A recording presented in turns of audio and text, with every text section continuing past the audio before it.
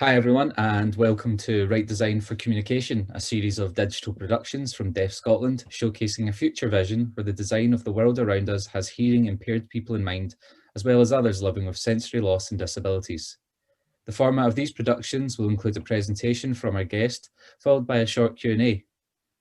For this series, we've got Tony, who is a chartered engineer with 30 years industrial experience in many different industries, from the photographic industry to manufacturing and project management within the automotive sector to the offshore oil and gas industry. Tony has been a part of the team at Phonak now for 15 years. In his current role as wireless technology specialist in the professional services department, Tony is responsible for the technical aspects of our wireless products for Phonak UK. This includes training customers and the sales team, assisting technical support with problem solving, and helping to ensure that Phonak products are compliant with local UK legislation. The company also liaises with charities and key opinion leaders to promote increased deaf awareness and to advocate and educate all sectors as to the benefits of assistive technology. Now, without further delay, I'd like to pass over to Tony.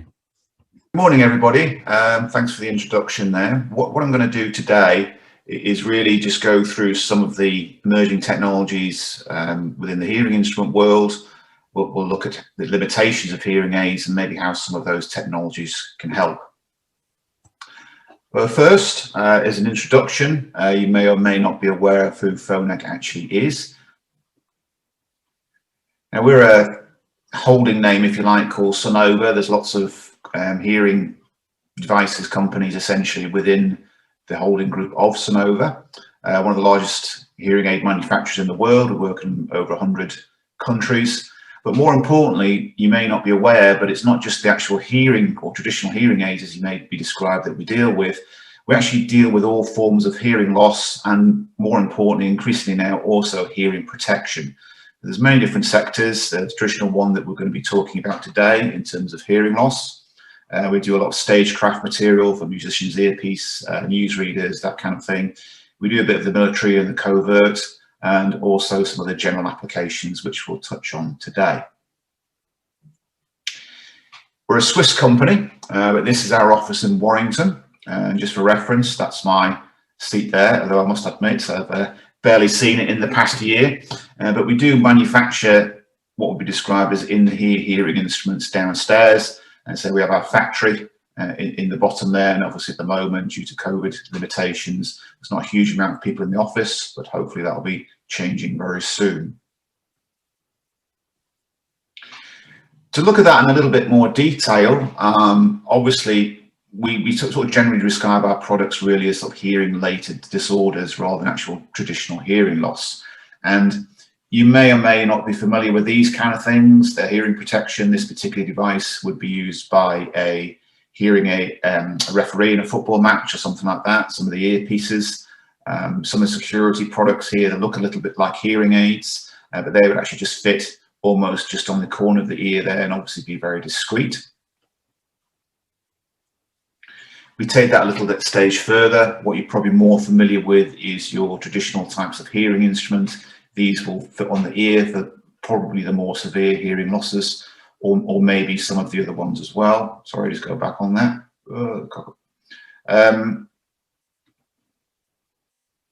We also produce hearing instruments that actually will fit in the ear. Now, this is a really interesting concept. There's a few companies looking at this now. Obviously, one of the biggest issues with hearing instruments is if you're quite an active person for whatever reasons, or you may have other disabilities, you know, that makes it difficult to take hearing aids in and out or change batteries, etc. So this is sort of a rental model, if you like. This hearing instrument actually fits very closely in the ear or very close to the eardrum, so it has to be fitted by an audiologist. But it lasts for about 12 weeks or something like that. So essentially you put this hearing aid in and you get another one in 12 weeks on a subscription service. And the advantage of that is you can do pretty much anything that you would want to do, such as swimming, you know, and all those kind of things, and you don't actually have to worry about the hearing aid batteries or taking them out. It's not for everybody, depends very much on how big your ear canal is, but you can obviously see some of the advantages, and it's just interesting the way some of the technologies are moving.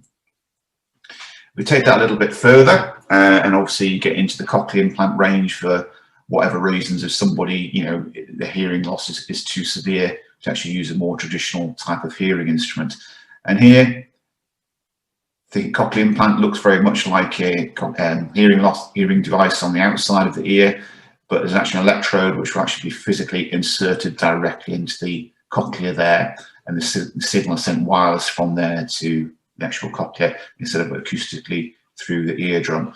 There is other devices as well. We don't actually manufacture them anymore, but you can take that a stage further, and you can get implants in various other parts of the ear and actually directly into the auditory nerve as well, which is an increasing way of looking at things as more and more medical devices are becoming more sophisticated. But essentially, you still have to get sound into them in some way, so you need some form of external device, and that does have certain limitations. So, again, hearing loss, I think traditionally in a lot of industries, people tend to think of sensors as being completely independent from each other. They tend to think of you have hearing loss or hearing, or you have sight or other types of sensors. But the reality is no sense works in total isolation. And this is often forgotten. So, if you have a hearing loss in any kind of shape or form, that can have a dramatic effect on other parts of your appreciation of the environment, if you like. But in many ways, hearing is totally unique. It's the only sense that actually works 24 hours a day. And obviously the security implications for that. And interesting as well, it works while you're asleep. It actually works in the fetus as well. So, by the time a baby is born, there's a strong correlation between recognizing its mother's voice and maybe siblings around them. So they automatically know who that person is when they are born. And as I mentioned before, no human activity does not involve hearing. It's a quite strange thing that even playing sports, you actually hear where the ball or whatever is coming from. You enter a room, you may be seeing yourself in an office or a party or a quiet environment. But that hearing also works with all the visual and other kind of sense that you have to create ability of that room and of that environment that you're in. And if you can't get that ability, then obviously that will have a dramatic effect on how you perceive the environment that you're in, and obviously can lead to problems with that. So communication is obviously the thing that we're going to be talking about today, but again, obviously communication is not one particular type of sense, particularly, even today, we're recording this electronically, but you will obviously be getting some input from lip reading as well. And one of the big issues that people don't realize is if any part of your brain or any particular kind of sensory perception is lost to any certain degree, the brain kind of craves for that information back. And if you can't get certain information such as appreciating sound or location or other kind of things as well, it certainly can lead to depression and psychological problems. And increasingly in the modern world, communication, particularly in the world of COVID indeed, is more through electronic media, and that has some fantastic opportunities for people with any form of hearing loss, which we'll maybe look into a little bit later on. But it also creates some barriers as well. Not everyone is particularly technically savvy. Age isn't particularly any gauge of that. You could be 85 with a PhD in RF physics, or 35 and just may not appreciate technology or particularly good with technology. So age isn't necessarily the boundary, but obviously it can affect different people in different ways. And particularly learning in the classroom nowadays, there's been a lot of working from home, or indeed as we're doing today, recording these lectures remotely. How do you then interface with that computer with your hearing device? So the future is very interesting. As we mentioned before, there's all sorts of communication activities that are going on at the moment, and generally technology converges. And what I mean by that is, if you look at, say, maybe phones, traditionally there was a landline phone, that's all we had. Somebody invented a mobile phone, but still it was really only for answering calls. And now you look at your average smartphone, actually, what is it? Is it a phone? Is it a text machine? Is it for answering on the internet? Is it for streaming music? All these technologies are kind of converged into one device. Sometimes if you're using a laptop, you need a bigger screen, but if that isn't a particular issue for you, you can use things on a phone. And it's the same really with hearing aid technology. Traditionally, even sort of 5-10 years ago, primarily they're just something to help you hear better, and then there's more technology came in, to, you know, directional microphones and that kind of thing. But there's other technologies that have been increasingly introduced into the world of hearing aid, which can be a huge advantage for people with a hearing loss. Some of the members are just looking at there, things like speech to text and those kind of things. And we'll go through that in a little bit more detail later on. Believe it or not, you can even get hearing aids to you know, to change language from French into English and those kind of things, translation services. You can use your maps, you can use your Siris and all these kind of things as well. So there's a huge amount of opportunities there. But at the same time, as I mentioned earlier, not everyone may be particularly savvy. Not everybody maybe want to use these kind of technologies. So there's a huge education program going about now to try and assist people with those different scenarios. So this is something that you may not have heard a hearing aid manufacturer admit. Hearing aids aren't really that good. There's some fantastic technologies inside there, which we'll talk about later on, but the limiting factor is essentially those hearing aid microphones. So if you're within a noisy environment, say it's not black and white, but really the range of those hearing aid microphones is about 1.5 to 2 meters maximum. It does vary, it's not black and white, and obviously it depends on the person's hearing loss, the acoustic environment, etc., etc. But if you think about how often you're trying to communicate with somebody for whatever reasons at a greater distance than 1.5 meters, you can see where people begin to struggle. Okay, and this is where the other technologies can help you in those different environments.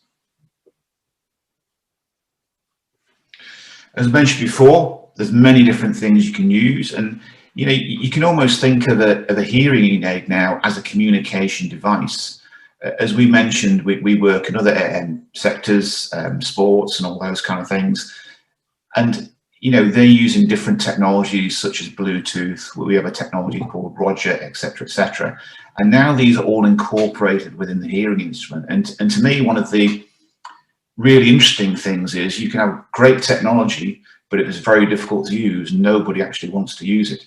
And you may not be aware that if you think of your average, say, mobile phone, they actually probably have around 30 different transmitters and receivers actually in there for coping with the different technologies. And, you know, it's great. You get off a plane, when you could go on planes, that is, you know, in America, you switch your phone on, it works. You know, you go on your Wi-Fi at home, it works. You climb into your car, it just connects to Bluetooth.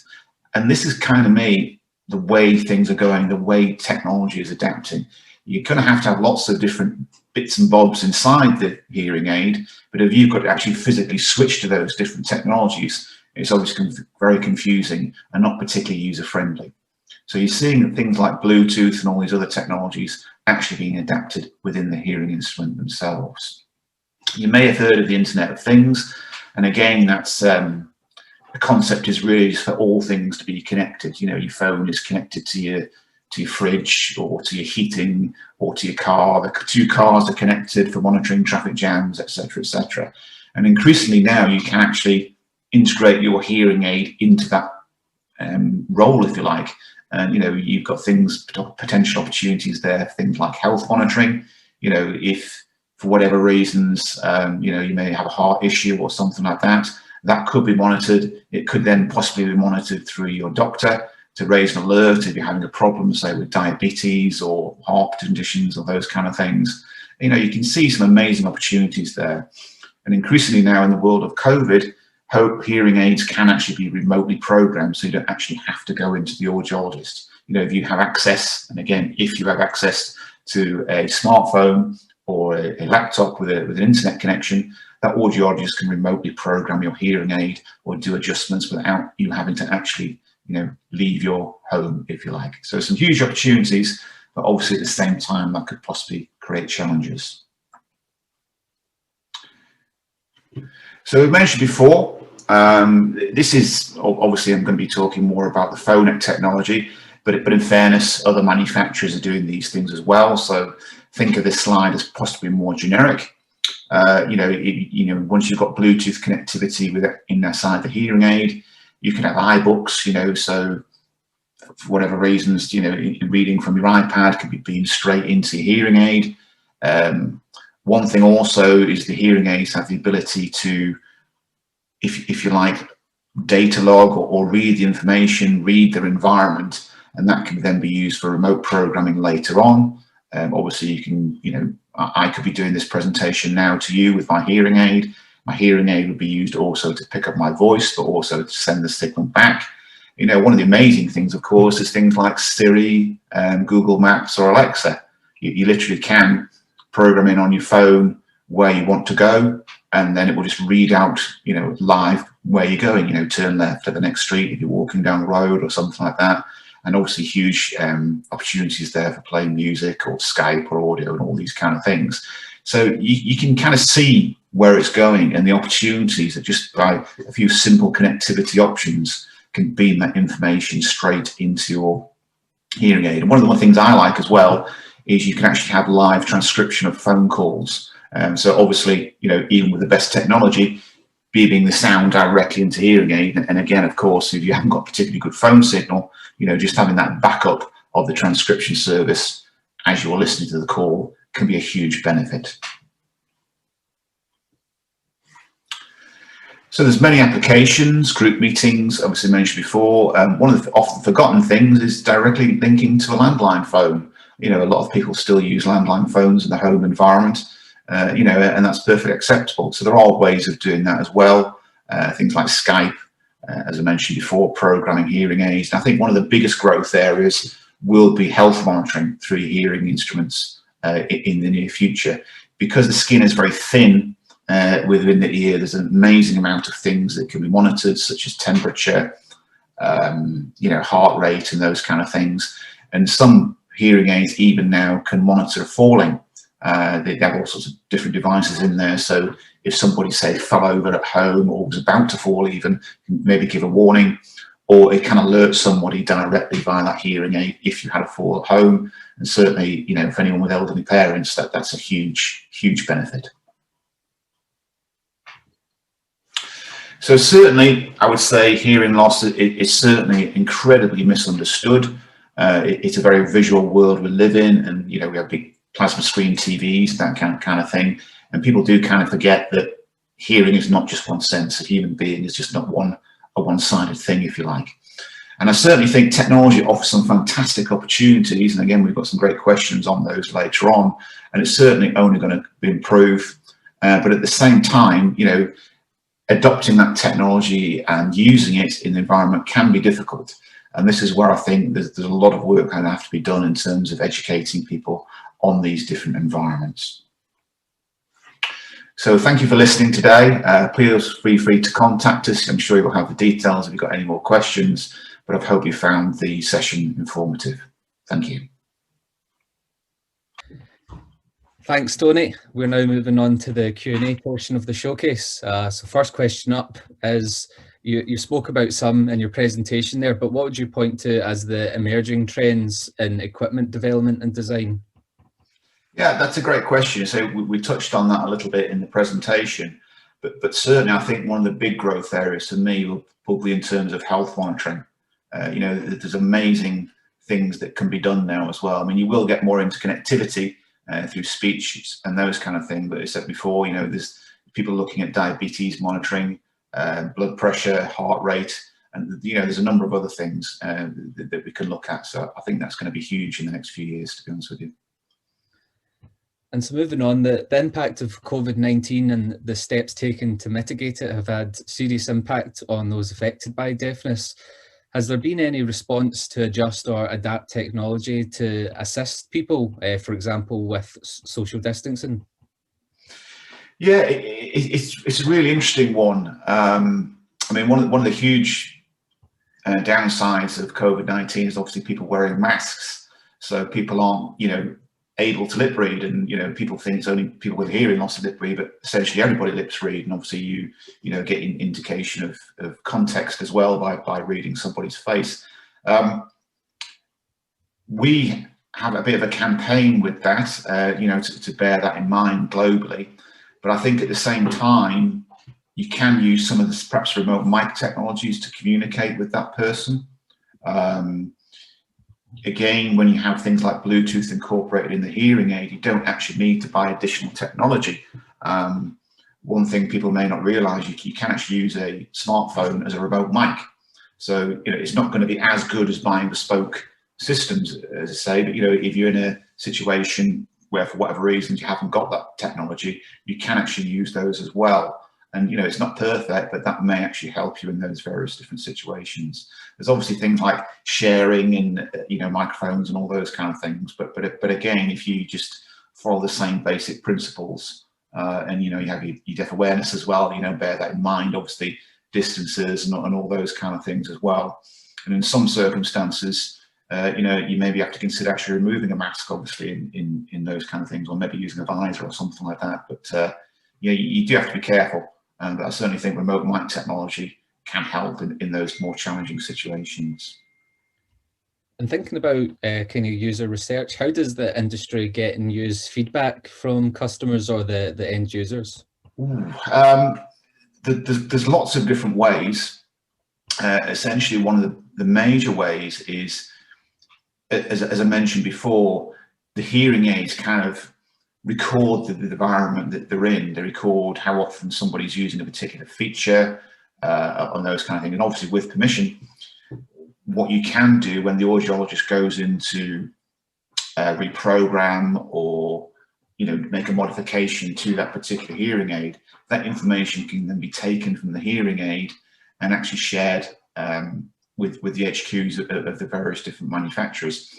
And there's also, as it's a medical product, there's certain regulations. So nowadays, thankfully, a manufacturer cannot claim a product does something unless there's, you know, proper peer-reviewed evidence. I mean, a lot of people talk about white papers in the past, but to be honest, a paper written by a company about their own product is never going to give you bad news, is it? It's always going to be positive. So there's a lot of research that has to go on now, and evidence base as well. And I think, you know, again, we won't be unique in the fact that we have obviously a lot of groups and forums and all those kind of things. But I think particularly things like fitting into hearing aids, ear molds and technology. I mean, we have, again, the way we make things in Warrington, the ear molds are all digitized or electronic. So essentially for us, I'm sure it's the same for other manufacturers, we have literally hundreds and hundreds of thousands, if not millions, of impressions of people's ears. So, you know, we kind of know how they work. We've literally got hundreds of thousands of recordings and data logging from the use of hearing aids. We've also got research groups, focus forums, those kind of things, particularly for pediatric use. Again, people will have, it's easy to make cool technology that we think people will want, but what you normally would have, say, for pediatric is a pediatric advisory board. So we invent features and then they tell us what features should go in those hearing aids. And obviously that's hugely important for the NHS, and there's similar things from adults as well. So it's interesting because we actually make the products and fit them to people. We can get an awful lot of feedback and information if they wish to do that to help us develop products in the future. You know, that's only going to increase with things like remote fitting. I mean, obviously if you live in Canada or somewhere, you know, it saves that audiologist getting on a plane and going to the other side of Canada, but at the same time, it's better for the patient. So those, with the permission, obviously, of those people doing that, we could record that information and then we could learn that as well. But also to a certain extent, I mean, I hate to use intelligence and machine learning, but the hearing aids do learn themselves quite a bit from the environment they're in. You know, if they find you manually changing to one particular program, they will kind of learn that and maybe change the features inside the hearing aids a bit to the depth environment. So there's many different ways. You know, it's quite complicated, but it's a very well researched area. And we're coming to the final question here, and so it's, what areas in legislation do you feel could be developed to ensure people using assistive technology receive the best possible product? That's really an interesting question. In a strange way, the money is there through access to work and those kind of things. I know it's a slightly different scheme in Scotland, Wales and Ireland, but for the same reason, it's quite interesting because I think every pound you spend, or the government spend, on access to work, they get about £1.50 back in revenue. So it's probably the only government scheme where they want us to spend more money. So for once, money isn't really a challenge. It's more about education. And again, I think particularly in the access to work environment, there's a lot of areas that, shall we say, are recognised. You know, wheelchair ramps, you know, sight issues, those kind of things, or disability. And hearing loss kind of gets hidden because it's actually quite a small niche product. So the people that are dealing with access to work, maybe some of the assessors, are obviously by the nature, they're very generalist. So they don't necessarily know about what technologies are available. So, you know, you could go into a company, apply to access to work or the Scottish equivalent or whatever, and they just sort of tick in the box that they did with the last person that had hearing loss, and they may not necessarily have the same needs. You know, so you know, just because someone's using a computer or they had a particular model of computer doesn't necessarily mean that they need the second one. So I think that is the big issue, really. It's a case of educational awareness of what's going on there is the big barrier. There can always be better funding and you know, laws, discriminatory laws and those kind of things. That will always help. But I think it's the educational awareness is the big issue. You know, that I see that people having the problems with. Well, thank you, Tony, for delivering the enlightening presentation and answering those questions. We hope it has provided some insight and takeaways to bring to our audience who are watching today. So thank you very much. Okay, thank you very much for the time. Cheers.